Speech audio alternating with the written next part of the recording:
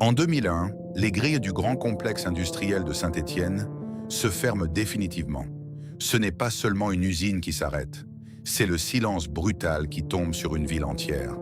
Plus de bruit de presse hydraulique, plus d'odeur d'huile d'usinage, ni de métal chauffé au rouge. La manufacture d'armes de Saint-Étienne vient de livrer ses dernières pièces. L'État français, après plus de 2 siècles d'histoire, décide que cette cathédrale d'acier n'a plus de raison d'être. Les ateliers sont vidés, les machines-outils sont démontées, vendues ou mises au rebut. Les ouvriers rendent leur badge. La ville qui forgeait autrefois des millions de canons pour la République ne fabriquera plus jamais la moindre arme réglementaire. 20 ans plus tôt, ce même nom représentait exactement l'inverse. Saint-Étienne était la capitale incontestée de l'armement français.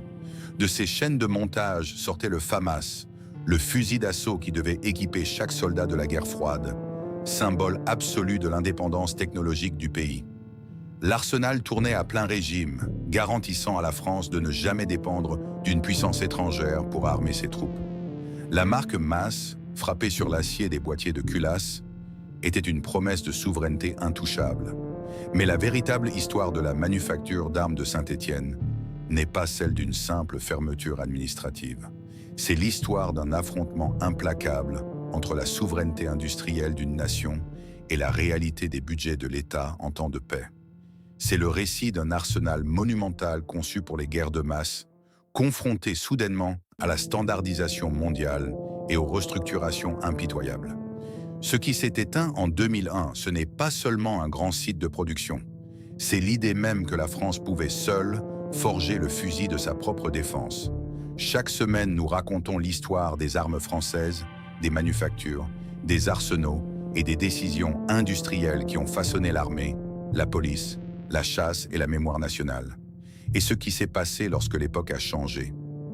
Abonnez-vous si cette histoire vous parle. L'histoire ne commence pas par la nostalgie, mais par un lieu précis. À la manufacture d'armes de Saint-Étienne, sous le Second Empire, en 1864. Pour comprendre comment l'État français a forgé sa propre indépendance militaire, il ne faut pas regarder vers les ministères parisiens, mais vers les collines noires du Forez. À Saint-Étienne, l'eau rapide de la rivière Furan, l'abondance du charbon et la présence de minerais et de fer ont créé une géographie de l'acier bien avant que les grandes commissions militaires ne s'en mêlent. Dès le XVIe siècle, la ville entière fonctionne comme un immense atelier à ciel ouvert. Mais en 1764, une décision royale transforme cet artisanat dispersé en une véritable institution étatique. La manufacture royale d'armes est fondée. Cependant, la rupture définitive, le point de bascule industriel et politique, survient un siècle plus tard, sous le Second Empire. En 1864, face aux impératifs d'une guerre qui s'industrialise, l'État décide de construire une usine d'une ampleur inédite. C'est la naissance de la nouvelle manufacture impériale qui deviendra rapidement la Manufacture nationale d'armes de Saint-Étienne, mondialement connue sous 3 lettres, la MAS. Avant l'érection de cette cathédrale de briques, de verrières et de machines à vapeur, le système d'approvisionnement militaire français souffrait d'une faiblesse structurelle intolérable. L'armée s'appuyait sur des milliers d'artisans dispersés, travaillant souvent à domicile. L'armurerie, le métier et l'infrastructure de conception et d'entretien des armes, étaient alors une affaire de savoir-faire individuel. Chaque pièce métallique était limée à la main, ajustée à l'œil. Mais la guerre moderne qui se profilait en Europe ne tolérait plus l'approximation. L'État manquait cruellement d'une capacité de production centralisée et d'une rigueur mécanique absolue.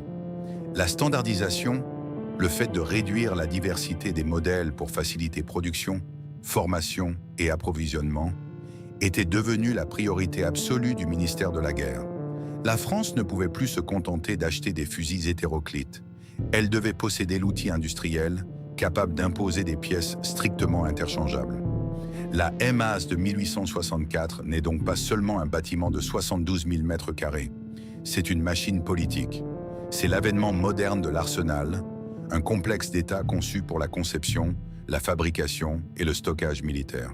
C'est l'affirmation d'une manufacture d'armes, une usine dédiée à la production industrielle d'armement sous contrôle gouvernemental strict. Les anciens artisans indépendants, les forgerons et les tourneurs, sont progressivement intégrés, encadrés et soumis à la discipline d'usine. Ils deviennent les ouvriers de l'État. Le baptême du feu industriel de cette nouvelle usine survient presque immédiatement avec l'arrivée du fusil Chassepot modèle 1866.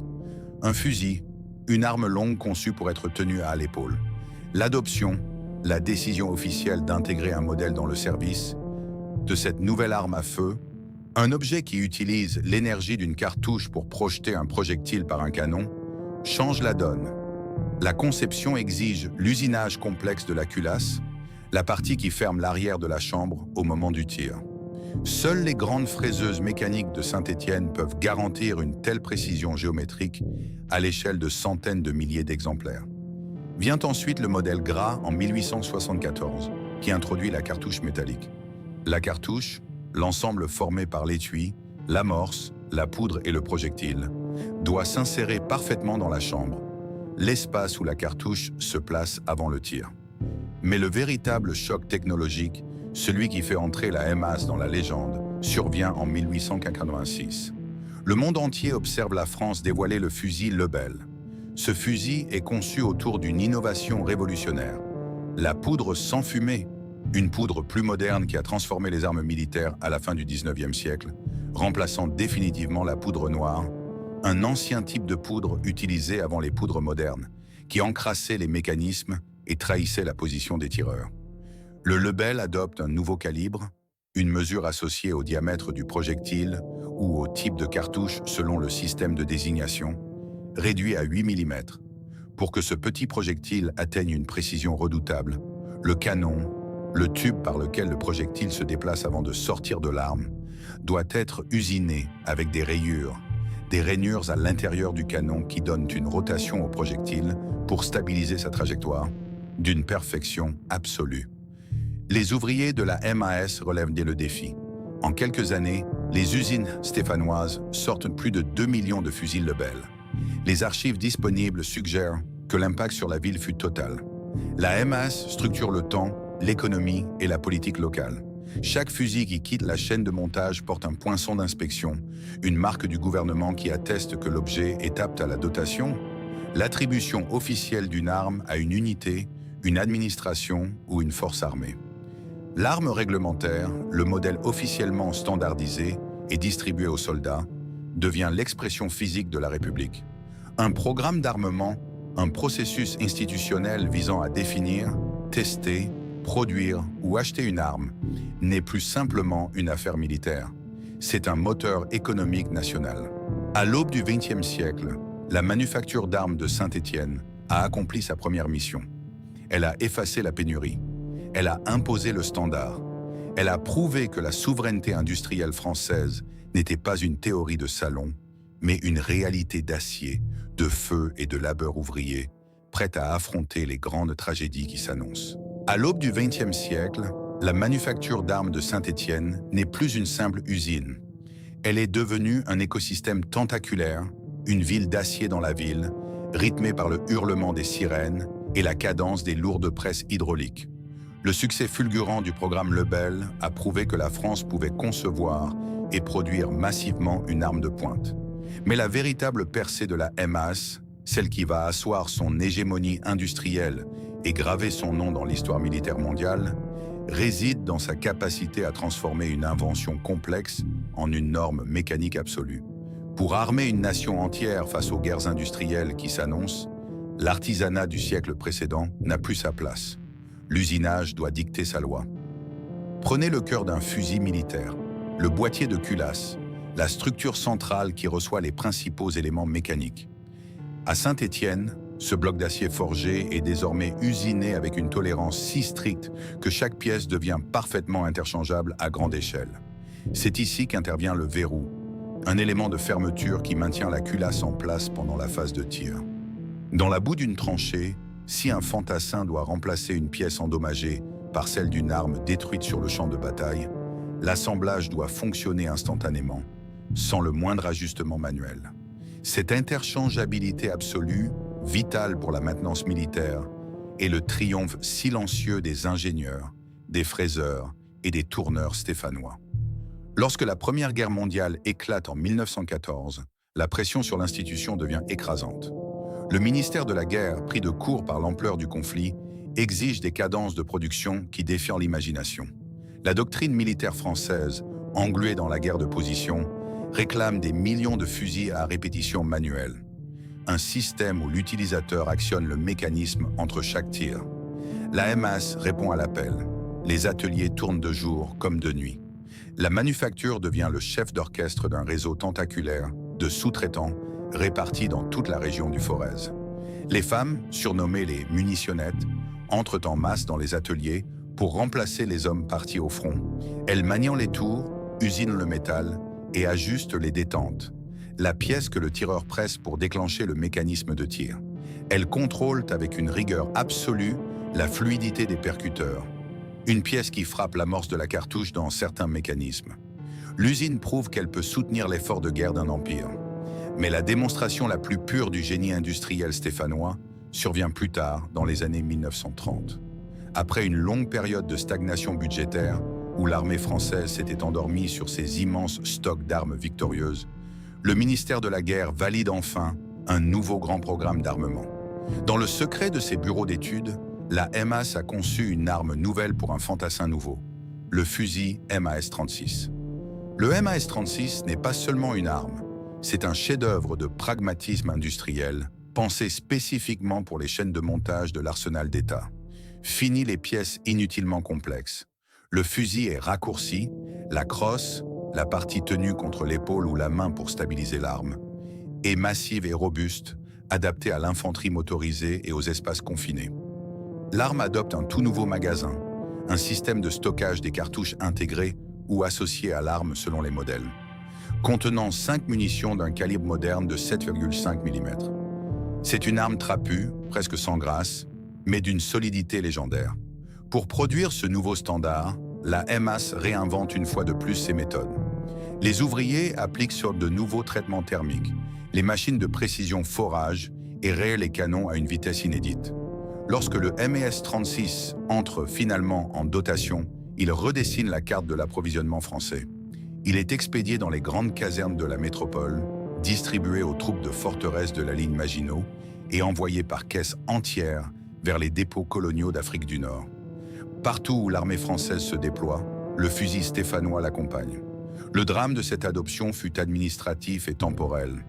Commandé trop tard, freiné par la lenteur des budgets étatiques, le MAS-36 ne put équiper toute l'armée avant le désastre de 1940. Mais sur le plan strictement industriel, il consacre l'arsenal national. La MAS n'était plus une simple usine d'exécution, elle était devenue un pôle d'ingénierie capable de dialoguer d'égal à égal avec l'état-major et les sévères commissions d'expérimentation de Versailles. D'ailleurs, les ingénieurs travaillaient déjà sur l'étape suivante, testant des prototypes d'armes semi-automatiques, un système où l'arme recharge automatiquement après un tir, offrant une puissance de feu continue. À la veille de la Seconde Guerre mondiale, le complexe industriel stéphanois est une forteresse technologique. Chaque soldat qui perçoit son arme neuve, chaque armurier régimentaire qui inspecte une culasse, sait exactement d'où vient l'acier qu'il tient entre ses mains.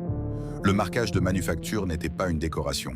C'était une promesse de l'État, de l'industrie et du temps. En 1945, la France sort de la Seconde Guerre mondiale exsangue. Son armée est alors équipée d'un assemblage hétéroclite de matériel américain, britannique et de vieilles armes de prise. Pour le gouvernement siégeant à Paris, et particulièrement pour le ministère de la Guerre, cette situation est politiquement inacceptable. Une nation qui ne peut pas forger son propre fusil, une arme longue conçue pour être tenue dos à l'épaule, n'est plus une puissance souveraine. L'ordre est donné de restaurer la capacité industrielle absolue du pays. La manufacture d'armes de Saint-Étienne, endommagée mais toujours debout, redevient immédiatement le centre de gravité de l'armement français. L'époque n'est plus aux armes à répétition manuelle de la ligne Maginot. L'armée réclame de la puissance de feu, de la cadence et de la modernité. C'est ainsi que naît le programme des fusils semi-automatiques MAS-49, puis son évolution définitive et emblématique, le MAS-41-56. Le semi-automatique, un système où l'arme recharge automatiquement après un tir, examiné ici comme une évolution de la doctrine militaire, exige une ingénierie d'une grande fiabilité.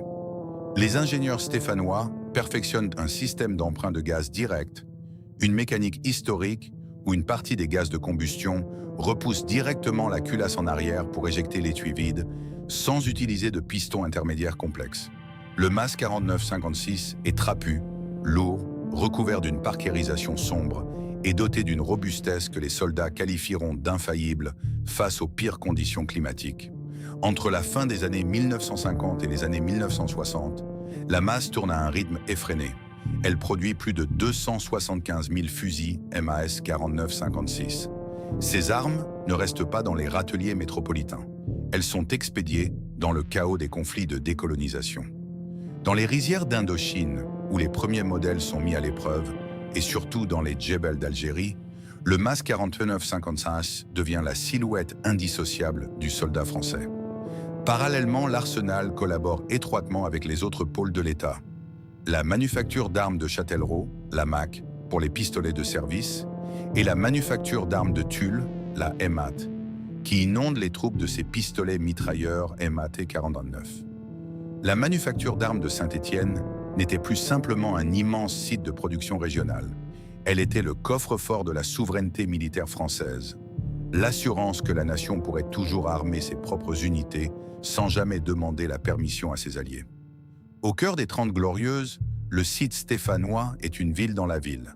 Derrière les hauts murs de briques, des milliers d'hommes et de femmes franchissent les grilles chaque matin. La sirène de la manufacture dicte le rythme des quartiers environnants.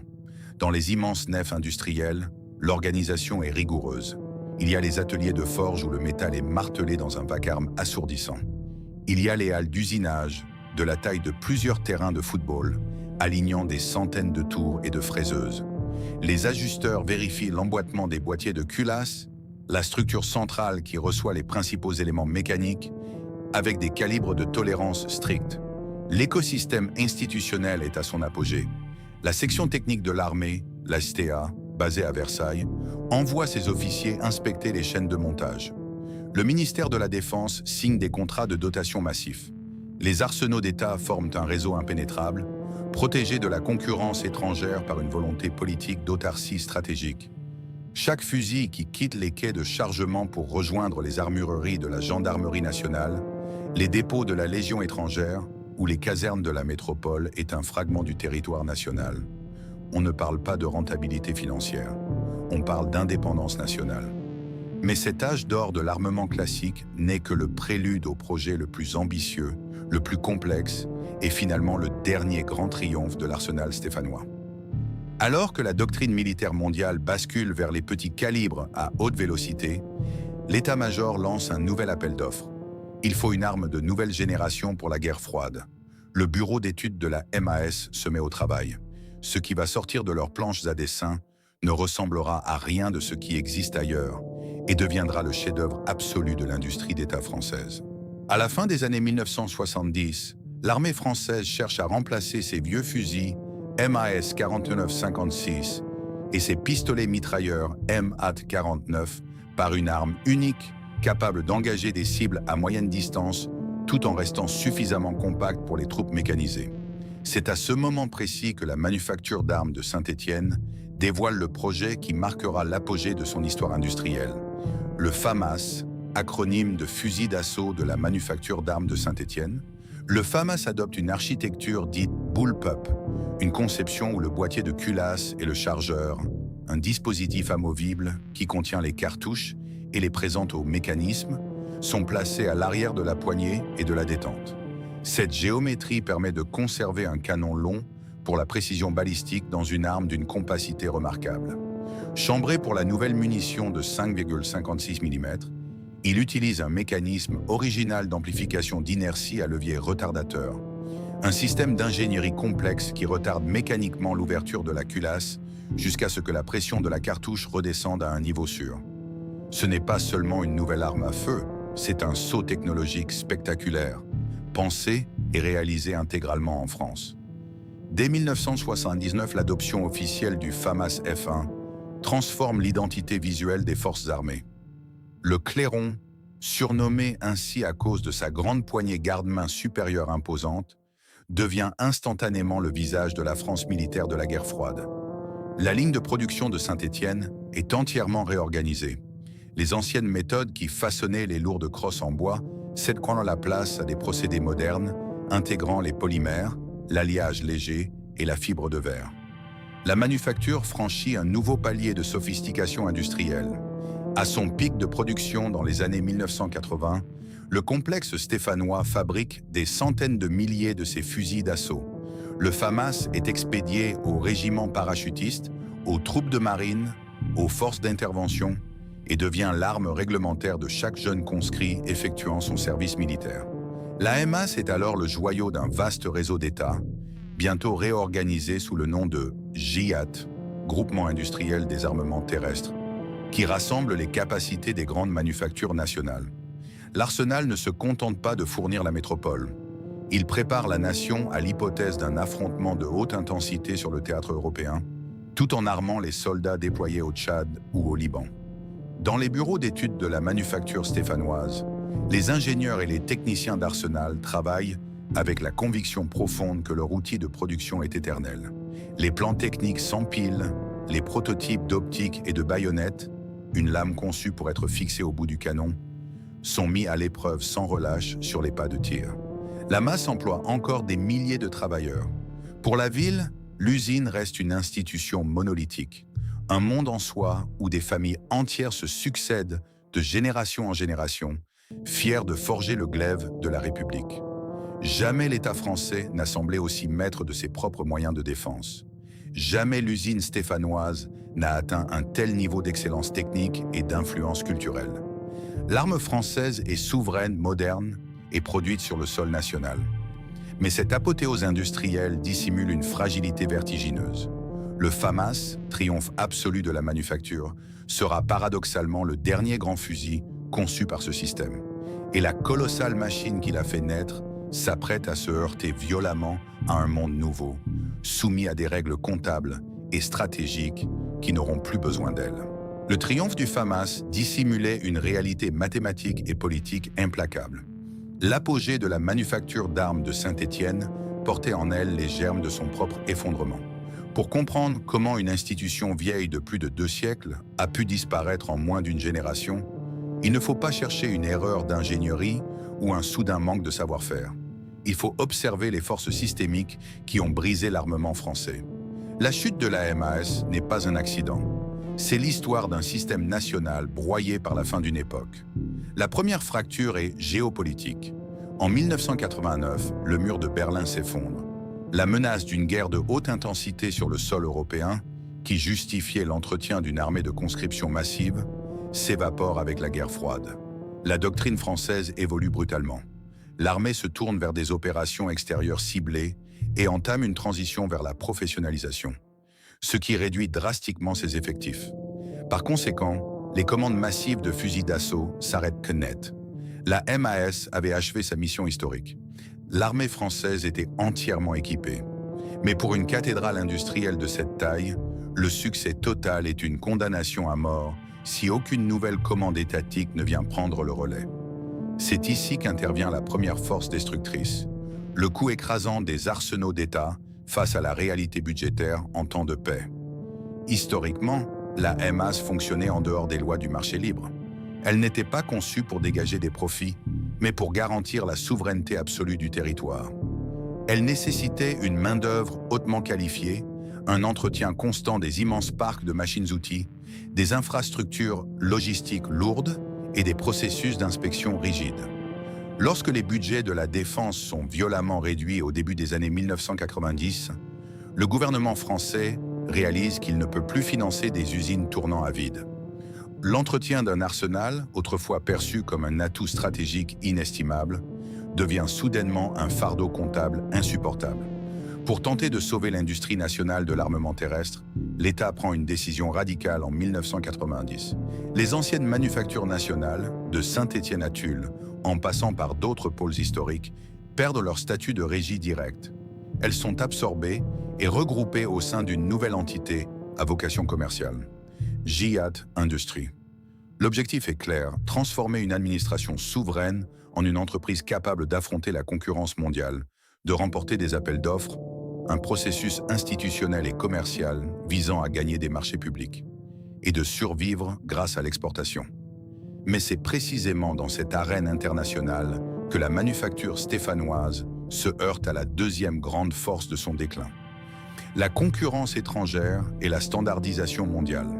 Pour maintenir ses usines ouvertes sans l'argent de l'armée française, le FAMAS doit séduire d'autres nations. Or, le fusil stéphanois a été conçu selon un cahier des charges strictement hexagonal. C'est une arme exceptionnelle, mais elle aurait été pensée par et pour la France. Le mécanisme d'amplification d'inertie du FAMAS, d'une grande sophistication, fonctionne parfaitement avec la cartouche. L'ensemble formé par l'étui, l'amorce, la poudre et le projectile. Réglementaire française, dont l'étui est en acier. Mais sur le marché de l'exportation, et particulièrement au sein des armées de l'OTAN, la norme absolue est la munition à étui en laiton. Face à ce standard, l'extracteur du FAMAS, très violent, a tendance à déchirer les étuis étrangers, provoquant des incidents de tir inacceptables pour des clients internationaux. Une arme nationale pouvait représenter le summum de l'indépendance technologique et perdre quand même la bataille face à un standard logistique mondial. L'exportation devient un échec cinglant. Malgré d'intenses efforts diplomatiques, le FAMAS ne remporte aucun grand marché militaire international capable de sauver les chaînes de production. Les nations étrangères lui préfèrent des systèmes américains, allemands ou russes, souvent moins onéreux, d'une conception plus classique et immédiatement compatible avec les chaînes d'approvisionnement globales. La manufacture d'armes de Saint-Étienne se retrouve tragiquement isolée. Elle produit une arme redoutable que personne en dehors de ses frontières ne veut acheter, à un coût que plus personne ne veut assumer. Dans les ateliers, le recul commence. Ce que la manufacture arrête de faire annonce ce qu'elle va devenir. La production de guerre s'efface. La fabrication de pièces de rechange diminue. Les immenses nefs d'usinage, qui tremblaient autrefois sous le poids des presses hydrauliques, se vident peu à peu de leur fracas. Les plans de restructuration imposés par GIAT Industries s'enchaînent. Les ouvriers vieillissent, partent à la retraite et la direction ne recrute plus personne pour les remplacer. L'État, qui avait fait le serment un siècle plus tôt que la France forgerait éternellement ses propres armes, regarde désormais sa plus prestigieuse usine s'éteindre, incapable d'enrayer une logique financière devenue plus forte que le dogme de l'indépendance nationale. Dans la seconde moitié des années 1990, le démantèlement devient une réalité quotidienne, presque banale. GIAT Industries, pris en étau entre la chute vertigineuse des budgets militaires et l'échec cuisant des exportations du FAMAS, annonce des plans de restructuration drastiques successifs. La manufacture d'armes de Saint-Étienne, ce colosse industriel qui employait autrefois plus de 10 000 personnes lors des grands conflits, n'est plus considérée par les ministères parisiens comme un atout stratégique intouchable. Elle est devenue, dans le langage froid de l'administration, une surcharge structurelle. L'État, qui avait érigé cette usine monumentale en 1864 pour garantir l'indépendance absolue de la République, se résout à sacrifier son joyau sur l'autel de la rationalisation économique. La ville de Saint-Étienne, intimement liée à la manufacture par des siècles de métallurgie et de savoir-faire, refuse de voir mourir son identité. Les ouvriers descendent dans la rue, les familles de canonniers, d'ajusteurs et de fraiseurs défilent avec amertume. Les grèves bloquent la production restante, dans l'espoir désespéré d'infléchir la décision du gouvernement. Mais cette colère populaire, aussi légitime soit-elle, se heurte à un mur systémique insurmontable. Ce n'est pas seulement un conseil d'administration qui décide de fermer des portes, c'est une doctrine nationale entière qui vient de changer de paradigme. L'armée française, engagée dans un processus de professionnalisation et de réduction drastique de ses effectifs, n'a tout simplement plus besoin d'un arsenal d'État colossal. L'idée même qu'une nation doive concevoir, usiner et assembler chaque composant de son fusil de dotation appartient désormais au passé, balayé par la logique globale des achats sur étagère. La tragédie de ce déclin, c'est l'effacement d'une souveraineté. Pendant 2 siècles, chaque crise internationale, chaque mobilisation militaire s'était traduite par un sursaut d'activité à Saint-Étienne. La ville était le baromètre de la puissance française. Désormais, face aux nouveaux conflits des années 1990, du Golfe aux Balkans, l'usine reste étrangement calme. La déconnexion entre le besoin militaire de la nation et la capacité de l'usine à y répondre est devenue totale. Le soldat français combat toujours, mais la machine qui l'arme est en train de mourir de paralysie financière. À l'intérieur de l'usine, la transition est d'une brutalité silencieuse. La production de guerre est un lointain souvenir. La fabrication de fusils d'assaut neufs s'arrête. Les ateliers immenses, conçus pour cracher des milliers d'armes par mois, ne s'occupent plus que de la maintenance, de la réparation et de la production de quelques pièces détachées pour faire survivre le parc existant. C'est une humiliation industrielle pour des techniciens hautement qualifiés qui avaient conçu l'une des armes les plus sophistiquées de la guerre froide.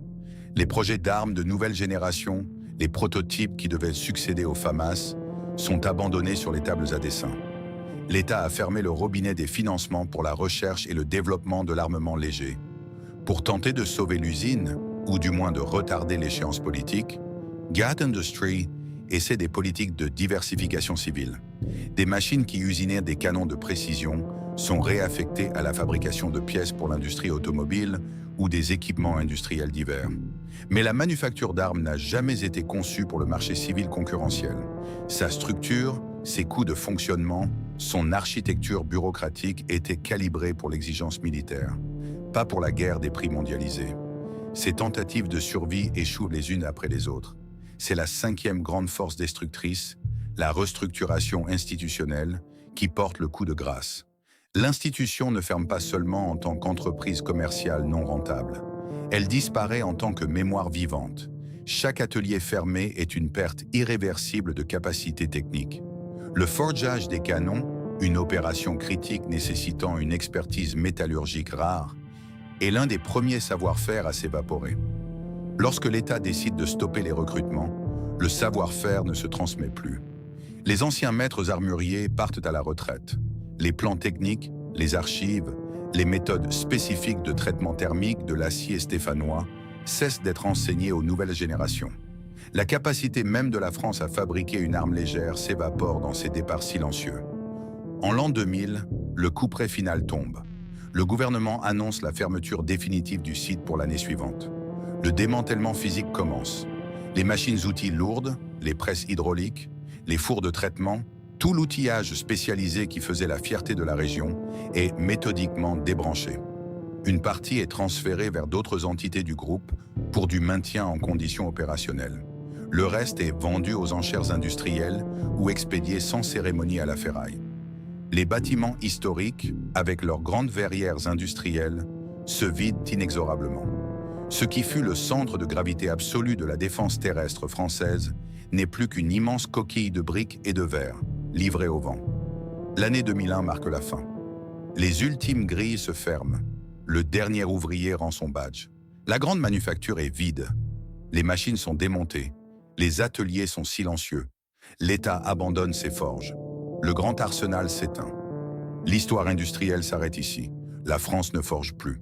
La mort de la manufacture d'armes de Saint-Étienne ne fut pas suivie d'une résurrection industrielle miraculeuse.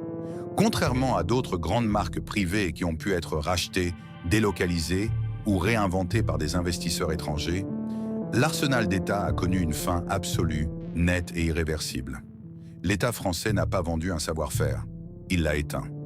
Ses compétences métallurgiques exceptionnelles ont été dispersées aux quatre vents. Ses plans techniques, ses brevets, ses rapports d'essai ont été soigneusement mis en boîte et expédiés vers les étagères lointaines du service historique de la Défense ou vers les archives départementales de la Loire. Aujourd'hui, la mémoire de ce colosse d'acier ne survit que grâce à la volonté d'une poignée d'acteurs de la préservation. Les historiens industriels, les anciens ouvriers regroupés en associations et les conservateurs de musées. Au musée d'art et d'industrie de Saint-Étienne, d'imposantes vitrines retracent méticuleusement ce que fut cette épopée nationale.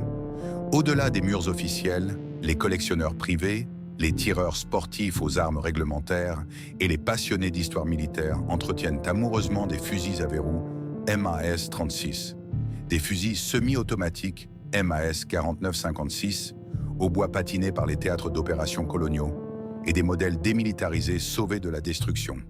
Pour cette communauté, posséder une arme frappée du poinçon stéphanois n'est pas un acte de nostalgie guerrière. C'est la préservation d'un fragment du patrimoine industriel national. C'est le sauvetage d'une archive d'acier que l'État lui-même a fini par juger obsolète et encombrante. Historiquement, l'œuvre de la MAS reste monumentale et mérite d'être jugée à sa juste valeur. Les armes qui sont nées ici n'étaient pas de simples outils balistiques. Elles étaient les vecteurs physiques d'une doctrine politique claire, l'autonomie stratégique absolue. Du fusil Lebel de 1886 jusqu'au FAMAS des années 1980, la manufacture a prouvé, décennie après décennie, qu'une république souveraine pouvait concevoir, tester et usiner intégralement, de la première coulée d'acier jusqu'au polissage de la détente, les instruments de sa propre défense. La masse était le garant matériel de l'indépendance française sur la scène internationale. Une assurance concrète que la politique étrangère de Paris ne serait jamais dictée, freinée ou sanctionnée par le refus d'un fournisseur étranger. Si vous vous promenez aujourd'hui à Saint-Étienne, la géographie physique de cette puissance révolue est toujours là, dominant le paysage urbain. Le gigantesque site de la manufacture n'a pas été rasé par les bulldozers. Il a été reconverti, d'une manière presque ironique au vu de son histoire martiale, en une vaste cité du design. Les immenses halles de briques rouges, rythmées par leurs majestueuses verrières industrielles, abritent désormais des écoles d'art, des start-up technologiques, des studios de création télévisuelle, des espaces d'exposition contemporaine et des bureaux d'ingénierie numérique. Sous les charpentes métalliques centenaires, là où des milliers d'hommes et de femmes forgèrent les canons des guerres mondiales, des étudiants dessinent de l'esthétique du monde de demain. L'architecture a survécu. L'enveloppe extérieure est parfaitement préservée. Mais le cœur battant, la violence mécanique des presses hydrauliques et l'odeur persistante de l'huile d'usinage ont définitivement disparu. Et puis, il y a la note de bas de page de l'histoire, l'ultime paradoxe qui souligne la cruauté des grands renoncements industriels étatiques. En 2016, 15 ans après la fermeture définitive des portes de la manufacture de Saint-Étienne, l'armée française devait finalement choisir un remplaçant au vieillissant fusil d'assaut FAMAS. Le clairon arrivait au bout de son long cycle de service et ses composants usés ne pouvaient plus être remplacés par une usine qui n'existait plus. Mais la France ne possédait plus la moindre capacité nationale pour produire un nouveau fusil à l'échelle de son armée. L'État a donc lancé un appel d'offres international. Et c'est ainsi que la nation du système Chassepot, du système Gras, du Lebel et du MAS-36 a officiellement adopté le HK416F, un fusil conçu, usiné et fabriqué par la firme allemande Heckler & Koch. Pour la première fois depuis des siècles, le fantassin français partait en opération avec une arme de dotation standard qui n'était pas née sur le sol national. La standardisation européenne avait triomphé de l'autarcie française. L'histoire de la manufacture d'armes de Saint-Étienne est celle d'une immense promesse industrielle finalement rompue par le changement d'époque. L'État avait exigé de cette ville ouvrière qu'elle forge la souveraineté en acier massif. L'industrie stéphanoise a répondu présent, livrant des millions de fusils, supportant l'effort logistique de deux empires, endurant la pression de la boue des tranchées, du sable des déserts et de la chaleur des jungles. Mais une nation évolue. Les calculs budgétaires remplacent les anciens dogmes. La logique comptable efface la nécessité stratégique. Quand un pays décide que la souveraineté militaire peut finalement s'acheter sur catalogue, au lieu d'être forgé dans ses propres ateliers, alors l'arsenal, aussi brillant soit-il, perd sa raison d'être. Ce n'est pas l'ingénieur stéphanois qui a échoué. Ce n'est pas le tourneur ou le fraiseur qui a failli. C'est l'époque entière qui a regardé ailleurs. Et pourtant, aujourd'hui encore, derrière la vitrine silencieuse du musée d'art et d'industrie, sous une lumière froide et sans ombre, le marquage « Manufacture d'armes de Saint-Étienne » frappé lourdement sur le flanc métallique d'un vieux boîtier de culasse, reste parfaitement lisible, comme si la grande usine venait seulement de s'éteindre.